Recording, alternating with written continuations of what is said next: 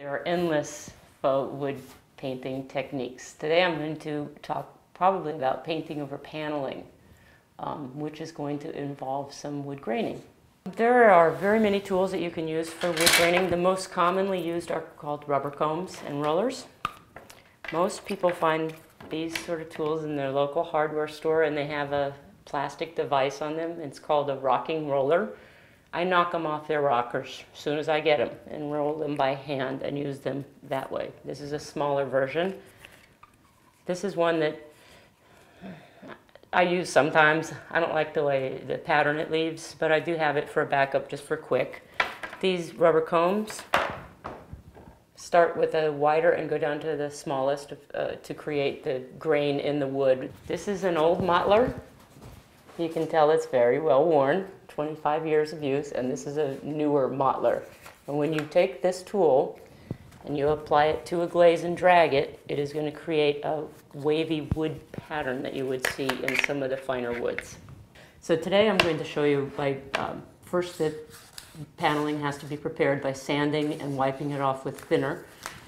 And then I have a primer, which is mixed here, and I mixed a color. I have sort of a driftwood idea in mind for the final outlook of my wood graining. So I have already pre-mixed my primer, tinted it, and it's just, oops, the thinner is still active. And water and oils don't mix. So let it dry first, or wipe it off some more.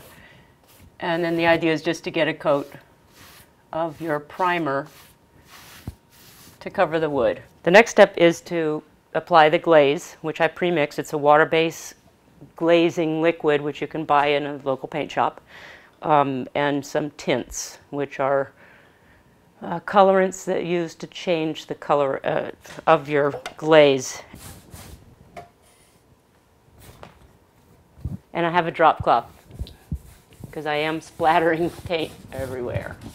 I take one of the triangular combs and one of the ones that I have knocked off its roller, starting with whichever side. I really don't think about it much, and pull it through the glaze and flip it so the fat edges are together, and I'm going to leave some space for this rocking roller inside, and you pull it. This one, take it in between here, start it on a diagonally straight up and down, and then I'm going to pull it, creating the knot.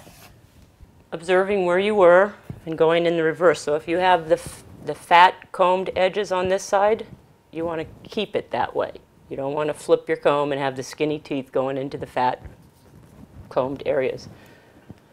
So, and then you can make it slightly wavy. You can keep them straight. The whole idea is that it's to mimic wood, and wood is like snowflakes, it's always different. Now we're going to go on to the finish coat.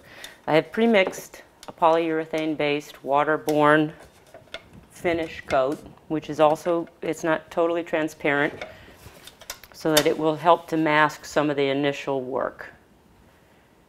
We have the primer, the graining glaze, and this now is the finish coat. If I had made this very white, the whole idea was to lighten the paneling. It's almost too drastic of a leap from the beginning to the middle to the final finish. So it took me a little while to finally come up with the right glaze. I start lighter, keep adding tints, and that's the finish.